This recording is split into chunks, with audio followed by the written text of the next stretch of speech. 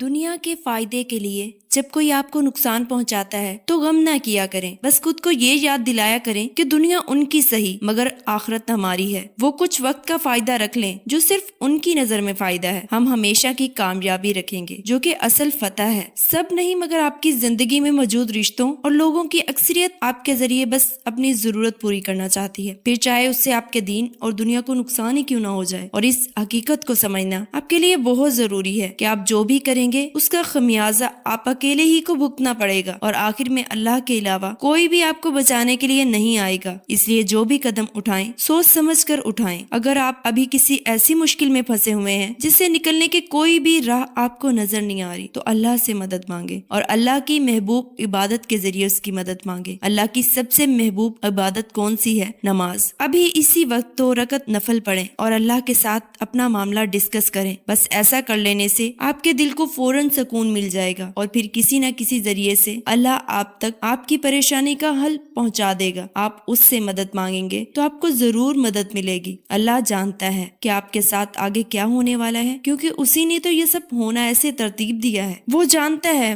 کہ آپ کب تکلیف میں ہوں گے، کب آپ دھوکہ کھائیں گے۔ وہ جانتا ہے کب آپ تھک ہار کے، ٹوٹ کے، رو دھو کے بالآخر اسی کی طرف لوٹ کر آئیں گے۔ وہ بار بار آپ کو قرآن میں یہی سب تو یاد کرواتا ہے کہ آپ نے بالآخر اس کے پاس آنا ہے۔ آپ کی زندگی بھی اسی کے ہاتھ میں ہے، تو پھر کیوں اسے چھوڑ کر پھر کہیں اور متوجہ ہو جاتے ہیں؟ کیوں اپنی خواہشات کے پیچھے بھاگنے لگتے ہیں کہ پھر واپس اللہ تک آنا مشکل ہو جاتا ہے؟ اللہ کو صرف یاد رکھنا ہی اتنا مشکل کیوں ہے ہمارے لیے؟ اس کو یاد رکھیں گے تو ہر لمحے تو محسوس ہوگا کہ کیسے وہ آپ کے کندھوں کو بوجھ سے بچائے ہوئے ہے، کیسے وہ آپ کے سارے معاملات سنبھالے ہوئے ہے۔ وہ جاننے والا ہے ہر چھپی اور ظاہری چیز کا، وہ بہت زبردست نہایت رحم فرمانے والا ہے۔